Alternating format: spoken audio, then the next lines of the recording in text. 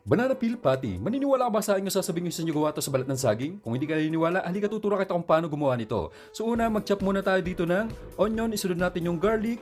So kapag ka-chop nyo ng garlic, pwede na natin isunod tong bell pepper. So bakit ba natin ginagawa mas pino o mas chop na chop itong ating mga ingredients dahil paghahalu-haluin natin yan sa dulo. Susunod, pagka-chop nyo ng bell pepper, pwede na natin balatan tong balat ng saba. So dito kapag magbabalat kayo ng saba, tanggalin nyo lang yung laman, tapos tanggalin nyo magkabilang dulo ng saging natin, yung balat ng saging dahil yan yung matigas na part. Tapos pwede na natin pakuluan yan ng at least 10 minutes para matanggal yung dakta at para mas lumamot pa itong ating balat ng saging. So pagkatapos yan, pakuluan nyo na, pwede nyo ilagay sa malamig na tubig, tapos i-chop din natin yan gaya ng ginawa natin sa garlic, onion at bell pepper.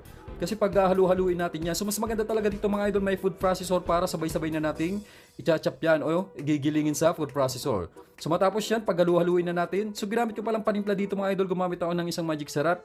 Salt and pepper, panimpla. Nilagay ko rin ito ng kalahating cup ng cornstarch at flour. So kapag ganyan na yung consistency ng ating mixture, pwede rin natin iprito yan sa medium heat para maiwasan natin masunog yung ating banana peel patty. So ubusin lang natin itong mixture, prito lang natin yan lahat. Tapos pwede natin iserve yan. So nakikita nyo mga idol, nagmukha na talaga siyang beef patty o burger patty. So kapag naubos nyo na yung mixture, pwede na natin iserve yan. So ito yung kinalabasan ng ating banana peel patty.